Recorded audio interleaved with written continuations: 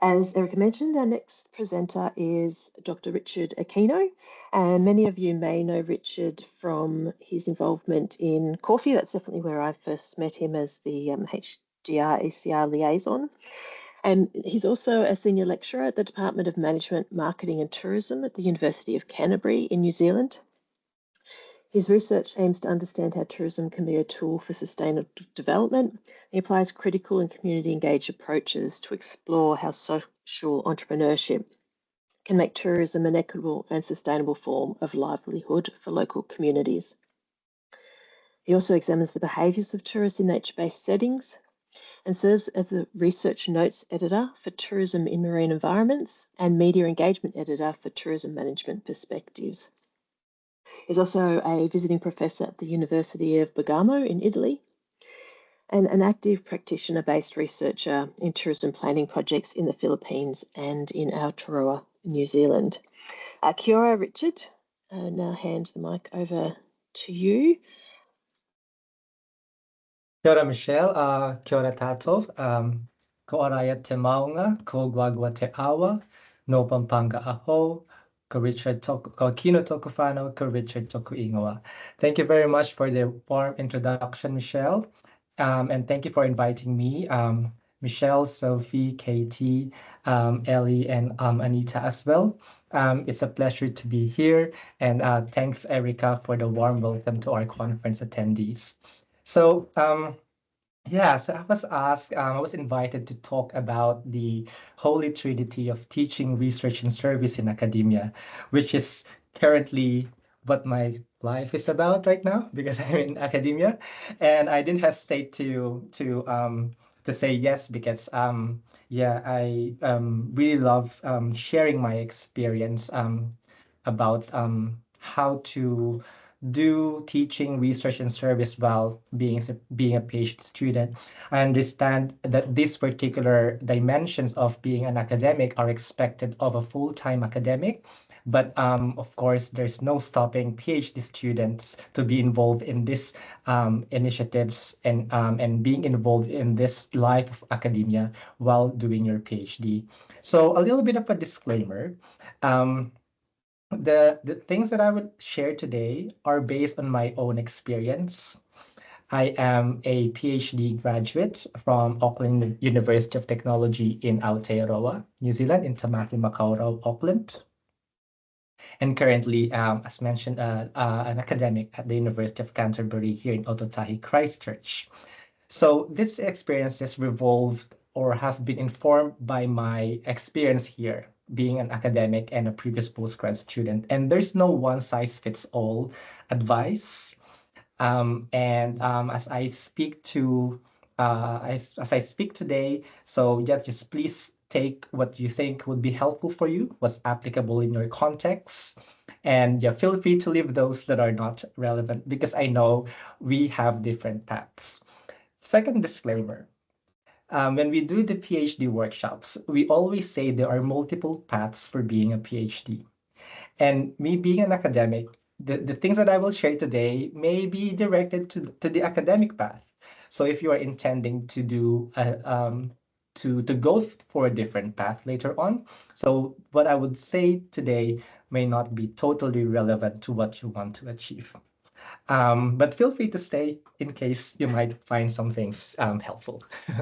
And so those are the two disclaimers that I have. And I was also told that the format is a workshop. And I was asked if I will use a PowerPoint, and initially thought I would not use a PowerPoint. I would just share my narratives, share my experiences, but I thought it might be helpful to do a little bit of an icebreaker before we all start, just to set our minds in today's presentations. So if I could share my screen just very quickly.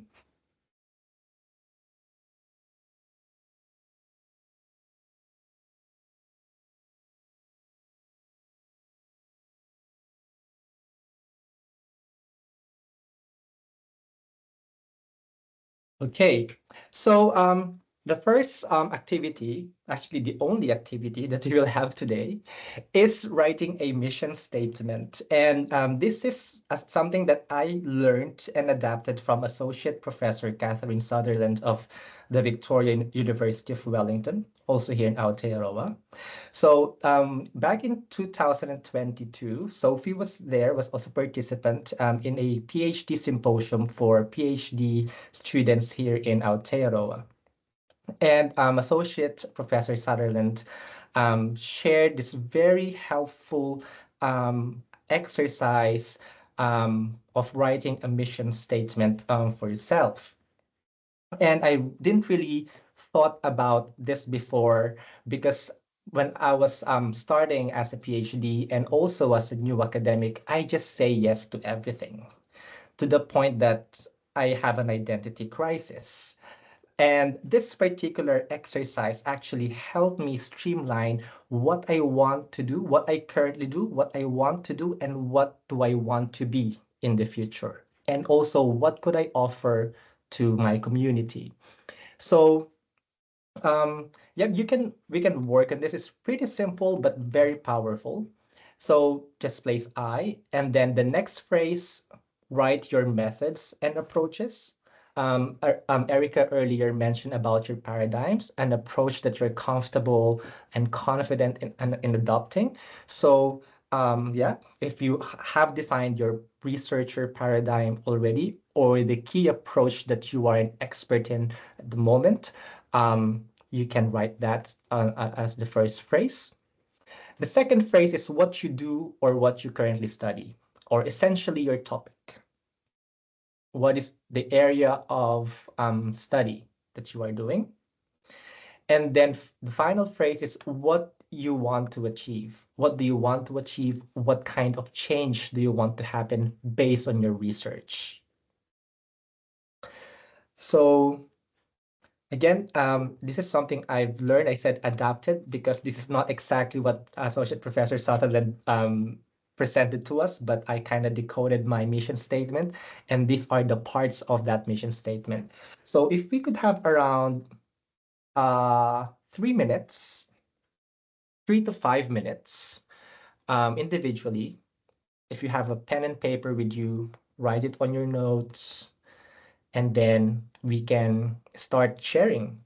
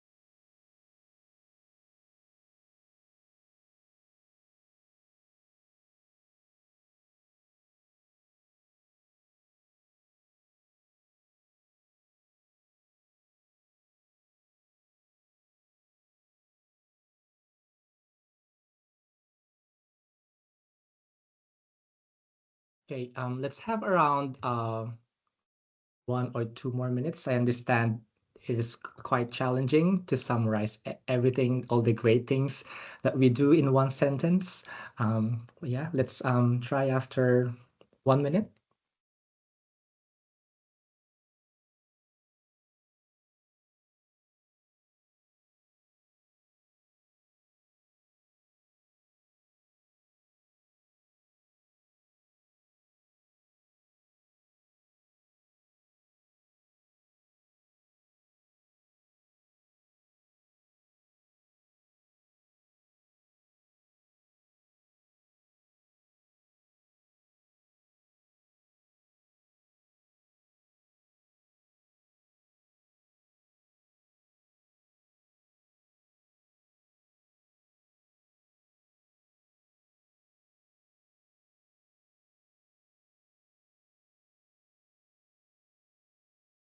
All right. Are we ready? Yep, I can see some nods on the screen. So who would like to share first their crafted mission statement from this exercise? We've got a few in the chat, Richard, if you wanted Oh, to. in the chat. Okay, I'm sorry. Oh, excellent. Excellent.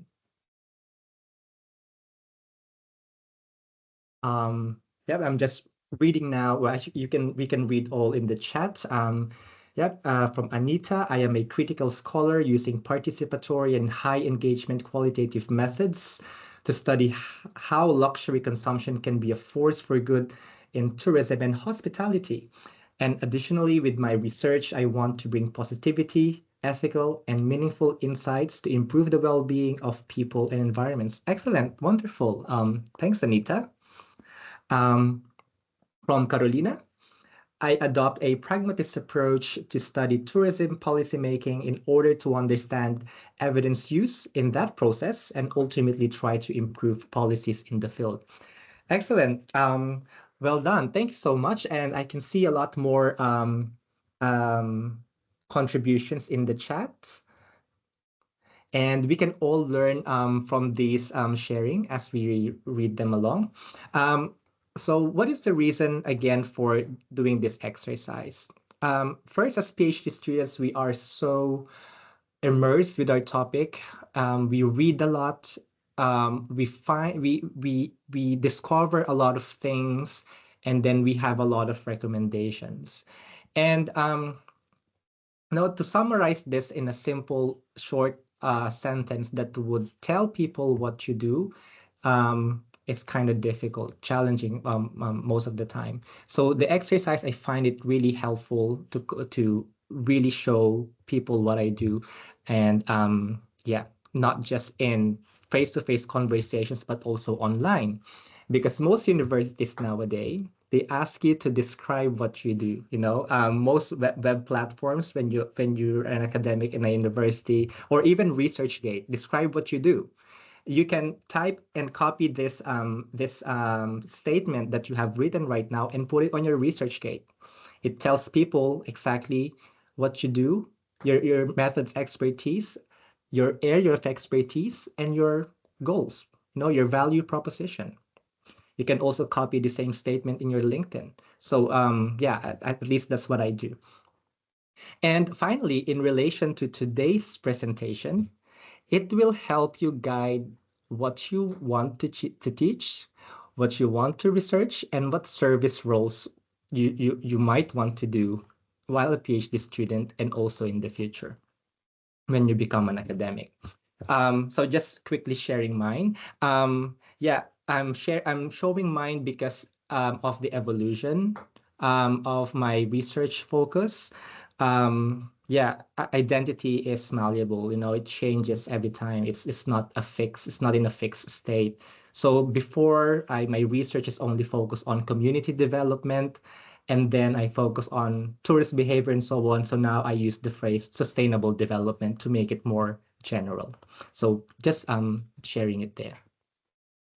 Okay, so now back to the topic, research, teaching, and service. So on the research part, I think for a PhD student, particularly in Australia and New Zealand, we are expected to become full-time researchers. At least in New Zealand, you're expected to study or do research 35 hours a week, which is like your regular 9 to 5 job. If you have a PhD stipend, at least that's what's in your contract. And we use the next 3 to 4 years working on our PhD thesis. And yeah, because that's the main thing of what's the main job of being a PhD student. But of course, it doesn't prohibit us to join other research groups within our departments or labs, depending on how your department is based. There could be some research groups within your own department that your work is related to or you're part of already, or there's some related research groups that you can potentially join. So yeah, it could be within your department or it could be within the university. I know this is not a workshop or a presentation on networking and stuff, but I think it shows the multidisciplinarity of tourism that within a university, sometimes we find people within our institution that we share research interests in. And we can always, see potential collaborations with them as being a PhD student. Building your research profile as a PhD student. I think we all know that we're being told to work on our research profile as early as sorry, I'll just stop sharing now so that I can see faces. Yeah, perfect. Yeah, so so we're being told to build our research profile early on. And if you have your bachelor's honors thesis or your master's thesis that could be related, publish it as soon as you can.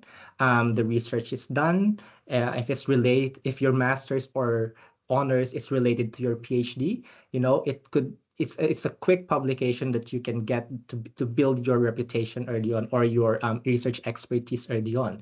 It could be in a journal or a book chapter or any publication outlet that you want. Yeah. What else? Collaborating with scholars outside your department or university.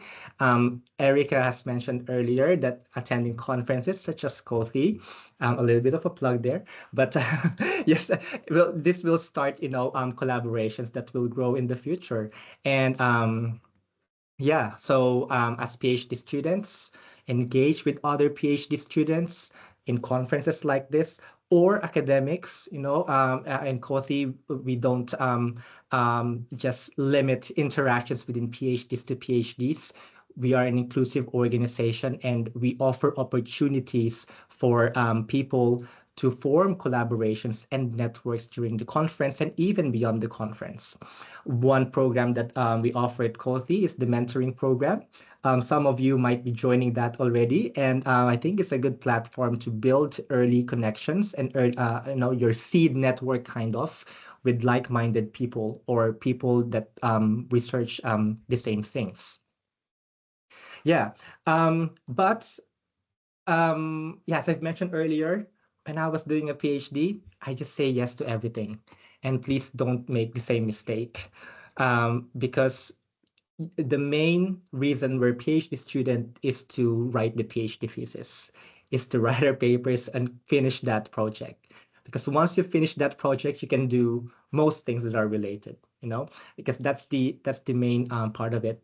Just make sure you're not loading yourself with multiple projects as a PhD student, and that to the point that it might affect your well-being or performance as a PhD student. So that was just an advice there. And there could be a lot more better advice in research.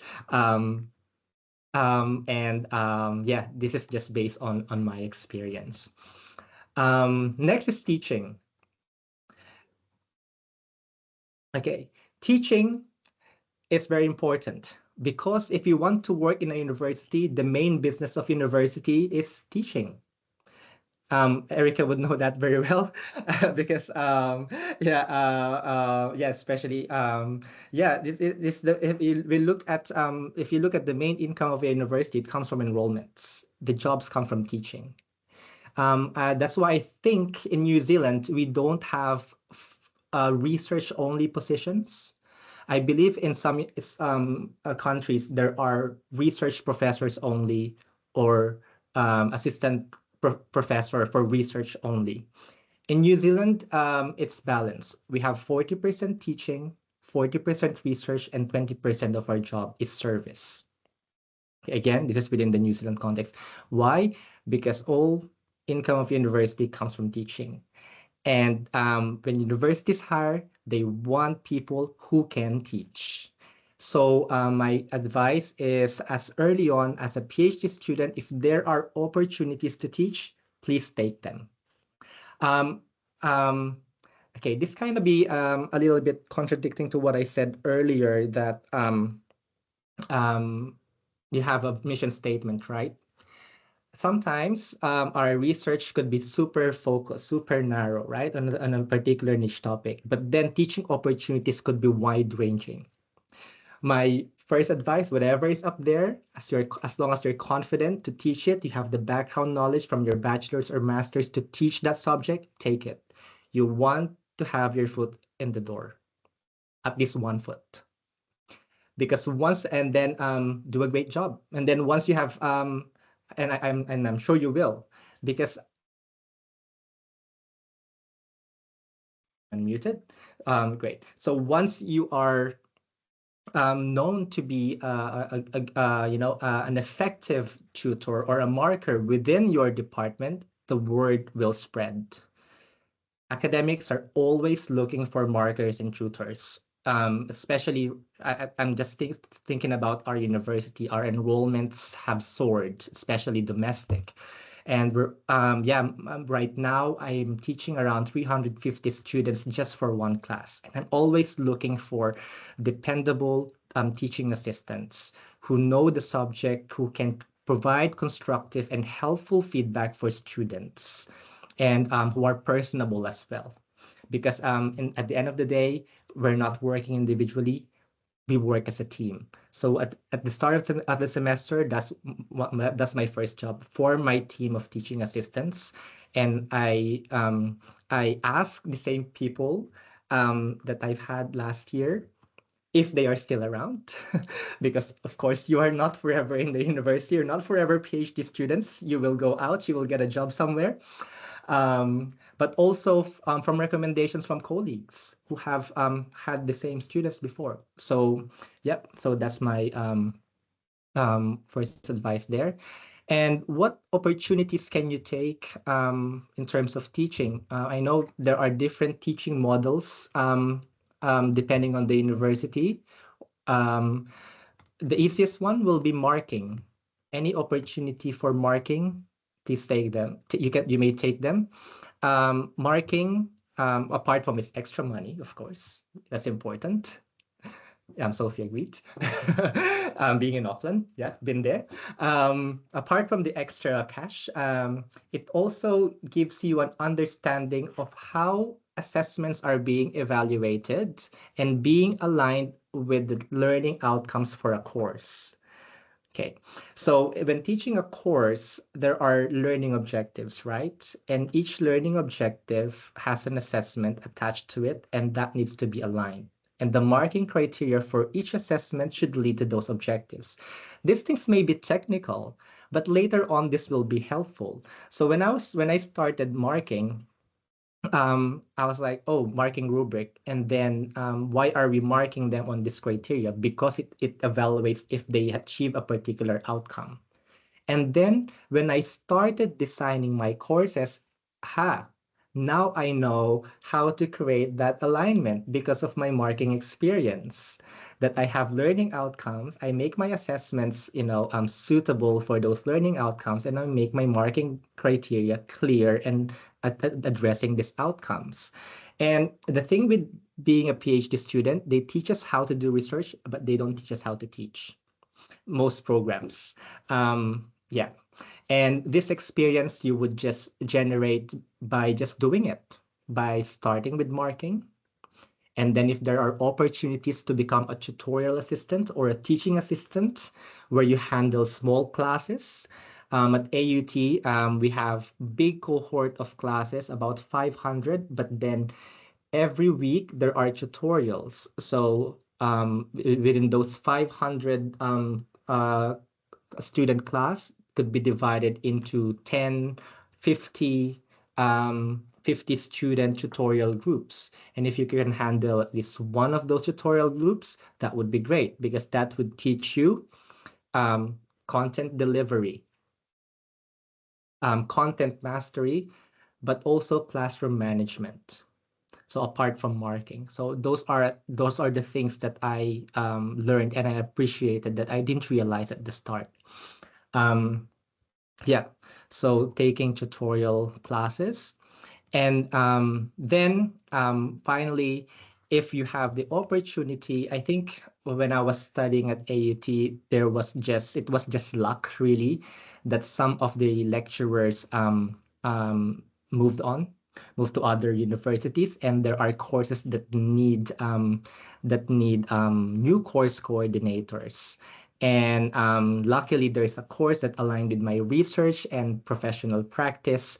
So I started designing a course and coordinating a course. It's a huge task, but then all my learnings from the marking and handling small classes helped me perform that job. So everything could be used later on. Yeah, so that is teaching. So I realize I have been speaking just nonstop. Do you have any questions or any concerns you want to clarify about research or teaching before I move on to the last?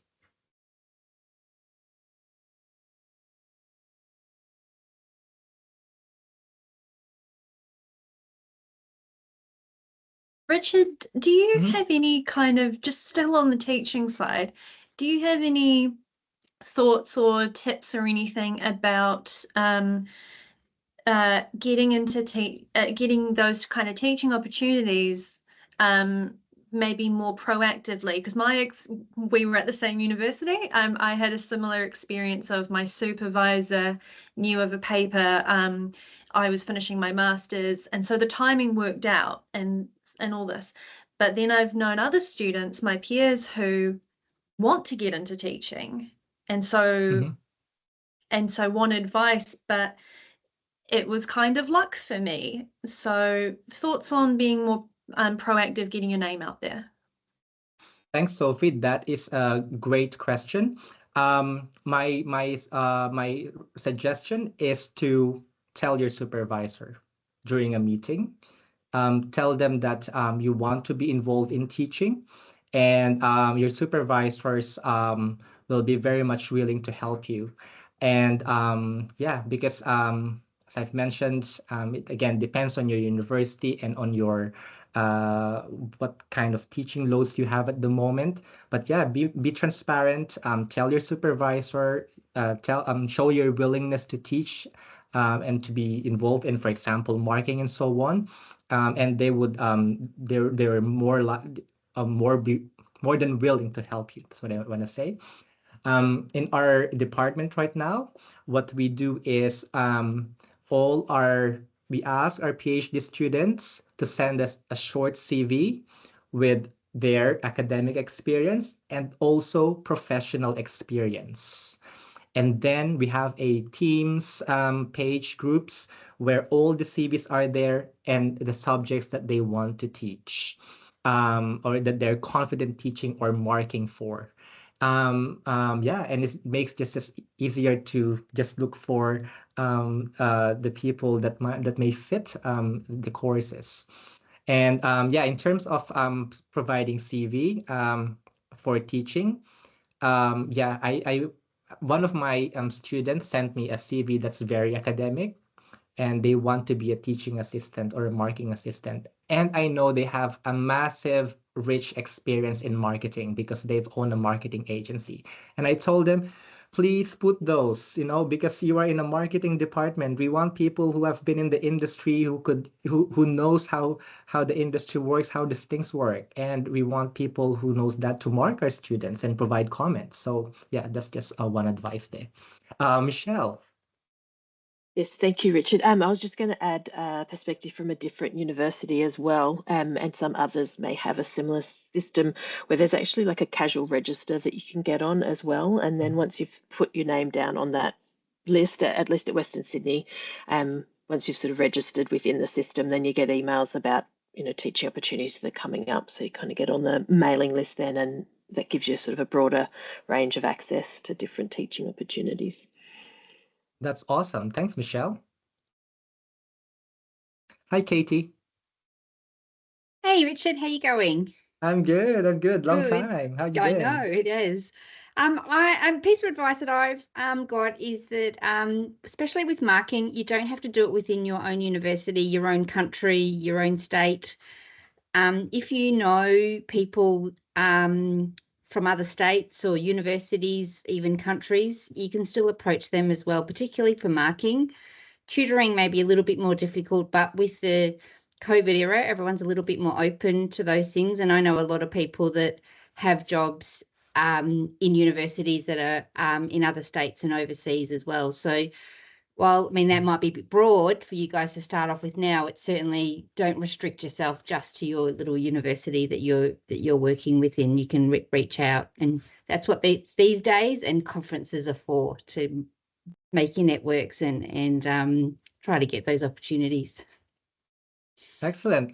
Thanks, Katie. Yeah, absolutely. Because most assessments are submitted online now. And it makes marking more accessible. Thanks, Katie. That's a really great suggestion. Richard, Right. Anita's just put something in the chat box. Yeah. Do you want to about observing other lecturers? Yep. It's certainly something I wish I did. Yep. Excellent. Yes, great suggestion.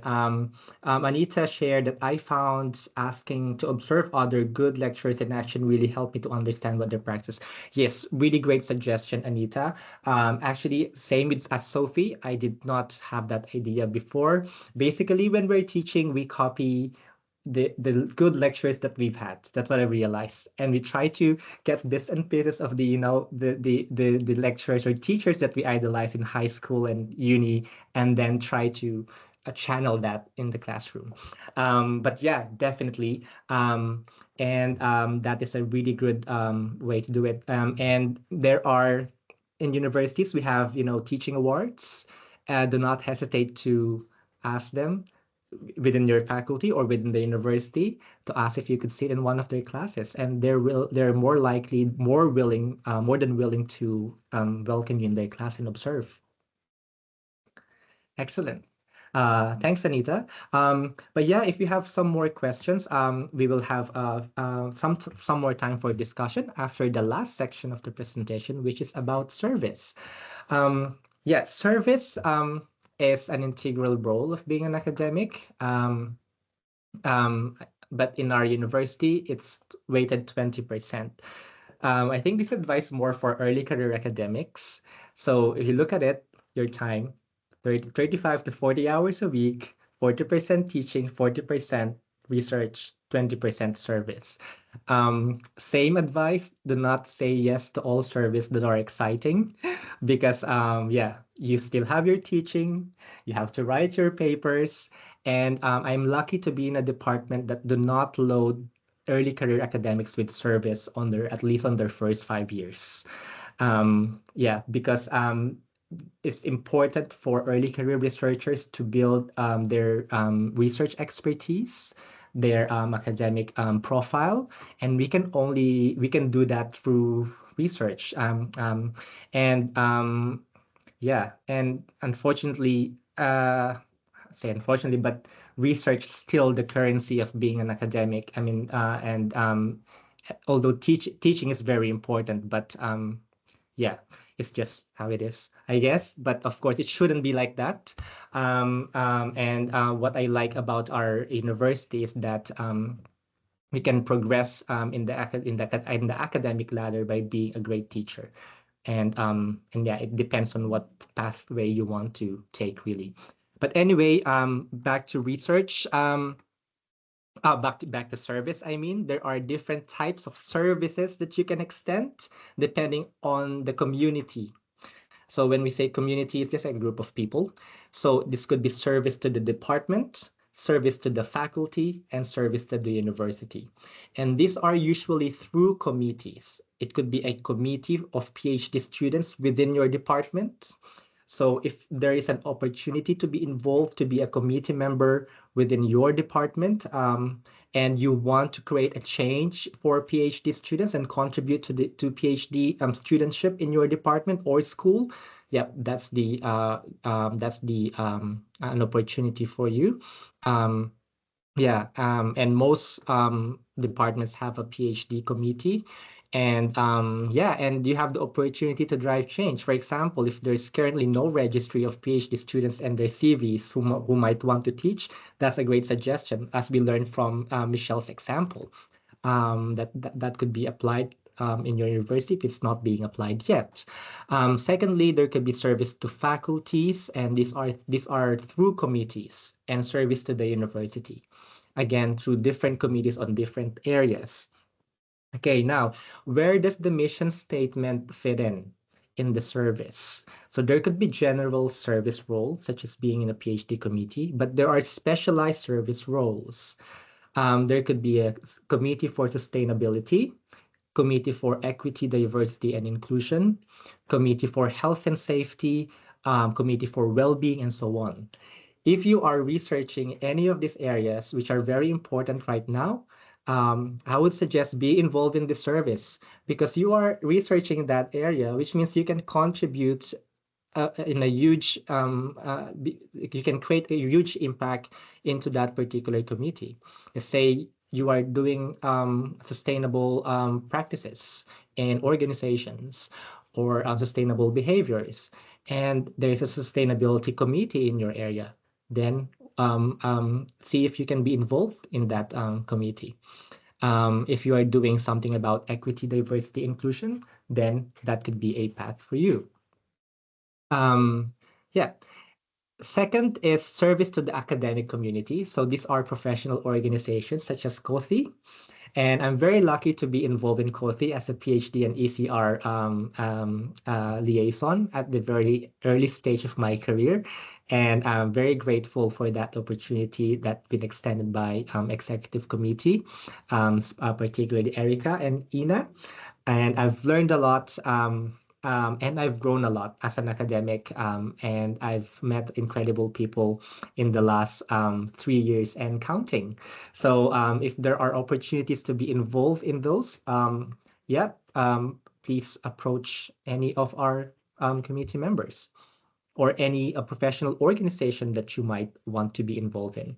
Of course, COTHI is the largest for in Australasia for tourism and hospitality. ANZELS is for leisure, and SMAN is for sports management. Yeah, another service to the academic community is through academic journals. So this is an opportunity for you to link what you research into your service. So if you are an expert on a topic or a method and you want to be involved as a reviewer, there are journals that are actively looking for journal reviewers. It's so difficult right now to get journal reviewers. And personally, I love asking PhD students to review, because they are so immersed in the literature and they are into details, and they can pick up a lot of things, and they can put a different perspective into developing an article. So yeah, and there are, as I've mentioned, there are even journals who are actively looking for volunteer peer reviewers, and you can just email them and then send your details. Yeah, normally in their web page. Yeah, and yeah, and what else? Service to the local community. So local community where you are located. This could be through civic organizations, civic society organizations. Oh, I'm sorry, Katie, you have a question? Sorry, I just wanted to also sort of follow on a little bit with how amazing it is to be involved with the academic associations. I also started with ANZELS very early in my career, and the people that I met through being part of the board was just amazing, and it really gave me good connections, gave me confidence, gave me people that I could talk to. Towards the end of my PhD, they were coming up to me and saying, what can we do to help? We've got to get you through this. What can we do? And they were just really, really supportive. I know at ANZELS we have a new strategic plan, and part of that is to try to get people involved in different levels, sort of not necessarily on the board, but just to come in and help out and stuff like that. So there's those opportunities as well. To sort of just, you sort of don't have to do a lot of work through it, but you're just sort of in there and you're learning and you're meeting people, and when you're ready, there might be an opportunity to go into the board. And I just found it a fantastic opportunity, and we got Sophie that way, who's now become our amazing student rep. And I know Kothi and Samans have got new ones coming in soon. To also learn and do that. So it's a good opportunity, but just you can do it at the level that suits you. I know we're all busy, and you've got a lot of opportunities sort of to do different things like that. Excellent. Thanks for sharing that, Katie. I totally agree with everything that you said. It's an amazing opportunity to be involved in professional organizations and expand your community with like-minded people. Cheers. Yeah. And so lastly, it was service to the local community. So it could be this vary. There are a lot of organizations within our community, but I'm speaking mostly about civic society organizations or some things that are related to a specific cause. So I was just thinking, and what particular or potential organizations you can be involved. I was thinking of my cousin who is looking at young Asian migrants, Southeast Asian migrants integration in New Zealand society. So she's highly involved, I think, in Asian New Zealand Foundation and so on. So you can see synergies. You can find these synergies by defining your mission statement, what you research, what your expertise, and what organizations could benefit from your expertise. And because one, it's not just getting visibility. Visibility comes afterwards, but it's about creating an impact already on the ground while doing your own research and actually engaging with the general public and the general community regarding what you do, and also potentially helping them on what areas do they need help in. So those are some quick brief advice, not too brief, almost an hour, about teaching, service, and research in academia. Again, these are mainly based on my experience and the context that I'm in. And so if you have any questions, please fire them and ask them. Thank you.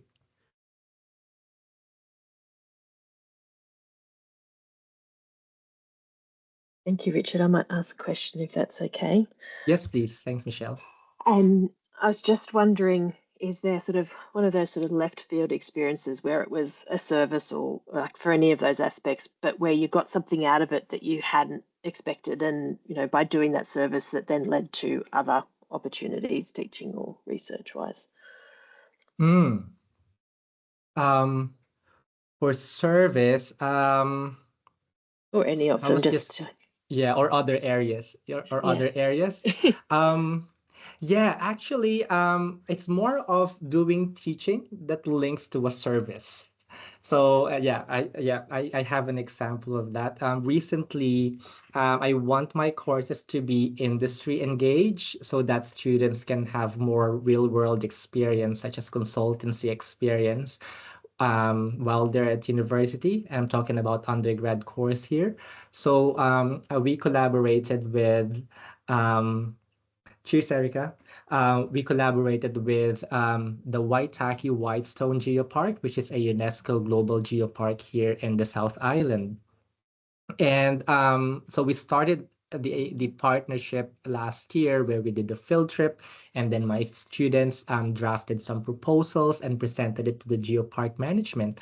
And recently the geopark management asked me if I could be part of the advisory committee for that particular geopark. So it's something that is unexpected because yeah, the goal for me is to make learning more authentic for my students, and then now there is a chance to be involved in that particular organization and potentially transfer knowledge of sustainable tourism in the operations of the geopark. So yeah, it's actually the other way around. Yeah. Yeah, oh, that's still a great experience, a great connection. So Yeah. thank you for sharing. Thank you.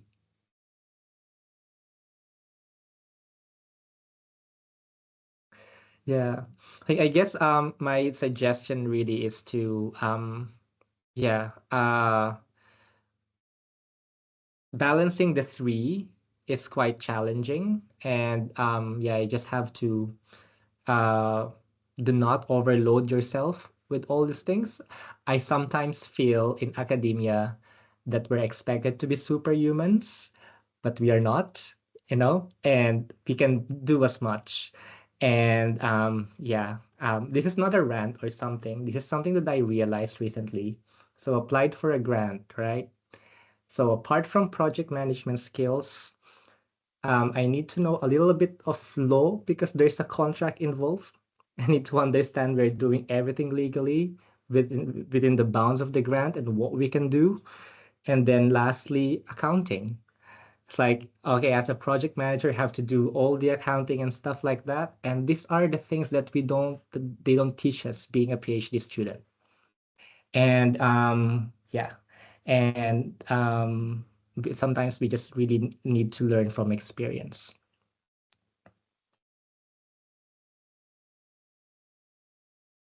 Yeah, and also, yeah, we're all PhD students here, right? So it's not. What I also feel sometimes is, as PhD students, we are high achievers, and we want to do great every time, right? And we want to do great on one thing and another thing and another thing. The thing is, when the word spread, you'll be asked to do the same thing, another thing, and another thing, and another thing, because you're doing great and you're a dependable colleague. And you know, there's nothing wrong about that, but there's also nothing wrong with saying no, especially if yeah, it's not possible. You know, it's just we're doing a lot of things, and that 40%, 40% teaching, 40% service, 20% research. Sometimes in reality, it's not like that. So yeah, we are in control, and we can always, it's always okay to say no. Hi, Sophie. Hi, Richard. Just on that Yeah. point about saying no, because sometimes it can be really, you know, the urge to stack your CV and all this and be of assistance and build a good name and all this stuff can be really, you know, that can feel that pressure can be really strong. And sometimes, and so I've certainly said yes to some things when I possibly should not have and paid for it later, but that's okay, you learn. But another thing I've found when I've kind of empowered, that's helped me say no to things, is knowing someone else, a peer, that would also be good for that opportunity. Yeah. So Yeah. if I think, and that's, you know, for service opportunities or for teaching, like if you know, I know that a friend of mine was really wanting to get some teaching experience, and so I was asked to teach on a paper, but I didn't have capacity because I had another paper in my study, and I said, okay, I don't think I can do it, but ask so and so because I know they're interested. I don't know, you know, specifics if they're of their availability, but I know they're interested. So if you struggle with the people pleasing sometimes or wanting to say yes, having someone else as a backup can, make you feel better that you're not, putting the other people out, and you're also helping support someone else to get these experiences, and then get their name becomes more known and all this stuff. And so it's that flow on effect can be really helpful for others. Yep, thanks, Sophie. That's a very well said, excellent suggestion. And yeah, these opportunities, they will come, again and again. There will always be opportunities. And yeah, helping others, building your community as well, helping others is a very important suggestion. Very good. Thank you. Dora Sara. Hi, Richard. Thanks for a really great, interesting workshop. Just a question on the issue of balance that you mentioned earlier. Do you have any tips on the way that we can manage the research, the teaching and the service throughout your PhD, and also knowing when to say yes or no, and what to say yes or no to, how to make those choices? Yep, very good question, Sarah. What I did when I was a PhD student is I compartmentalized my task. I know we have different working style, but I found that if in a semester, most of my time is teaching, and by the time the semester finished and I finish marking, I'm so eager to write my research that in like a few weeks, I've written so much that I could in the last 3 months. I think it really depends on your working style. And you don't need to do everything all at once. Do bits at a time. Probably on your first year, at least this is my experience. On my first year, what I did, I started with marking. At least marking there's not a lot of preparation that is expected. You work in a team, there's a lot of guidance. You need the time to read in your PhD, and you're expected to read a lot about the literature and be an expert in that area on your first year to find your research gaps and so on. So it kind of first year, more research, a little bit of teaching, probably no service in the first year because you're still, learning the organization, especially if you're new to the university. And then in the second year, that's when I took more time for teaching because I know I have 3 months of data collection in the field. And then when I get back, I can manage my data collection and balance it with my teaching. And then on the final year, that's when I found that actually what works for me is 1 semester teaching, 1 semester research. And I'm very lucky to have that opportunity right now in my university because I said this is what works for me as an academic. I have focused time on teaching, focused time on research because once I've used all my time in teaching, I'm so eager to go back in my research. And so compartmentalizing.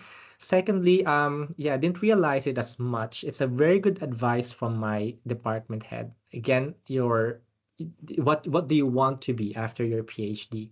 I think that's where the mission statement comes around.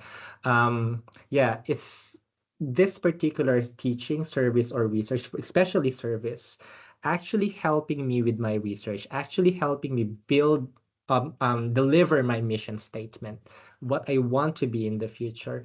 And that's the first litmus test that I have. That's the first filter. If it says no on the first level, I politely decline. I know we decline differently, but my common phrase is, thanks for the opportunity. I would really love to be involved in that. Unfortunately, I do not have enough capacity, and I don't think I'll do a great job at the moment. not blatantly declining, this is not my interest or this is not within my mission statement.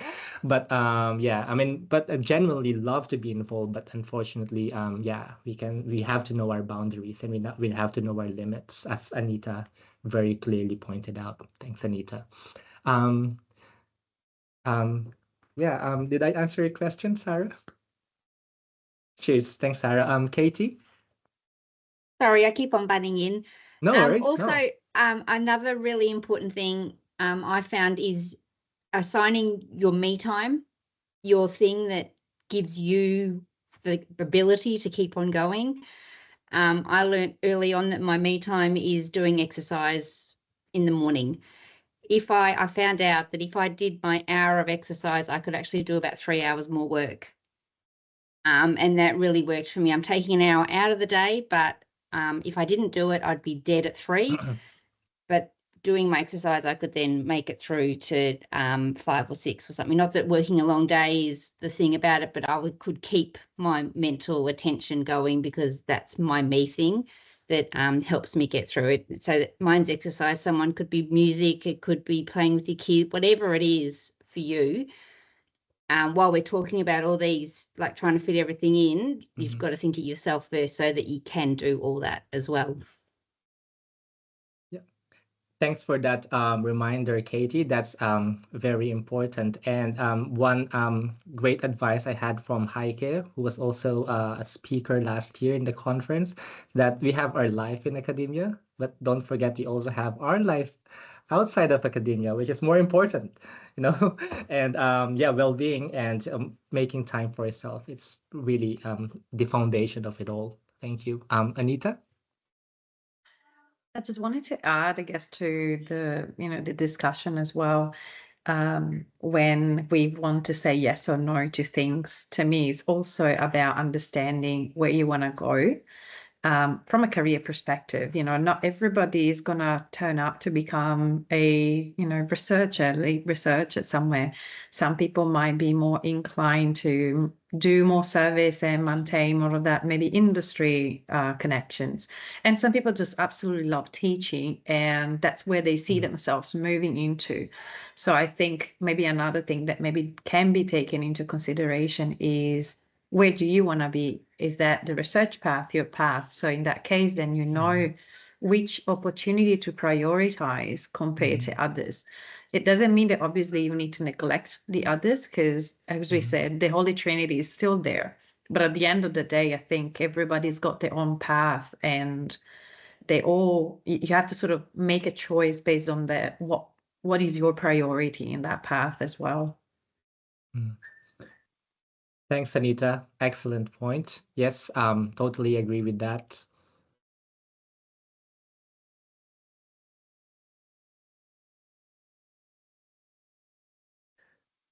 Thank you. Is there any other question? Sorry, I feel like I'm teaching an online class. I'm really sorry. all my phrases are like online class phrases. So sorry about that. Just wanted to be more conversational, I guess. So if there are no other questions, thank you for listening. Thank you for staying. I hope you find it helpful, and thanks for the invitation again, Michelle, Sophie, Katie, Anita, and Ellie. And I wish you all the best in your PhD studies, and I hope to meet you in the future in future conferences in Kothi. Thank you very much, Richard. Thank you. Some great insights there, and lots for us to think about in terms of balancing those research teaching service and life in general. So thank you very much for your time and your contribution today.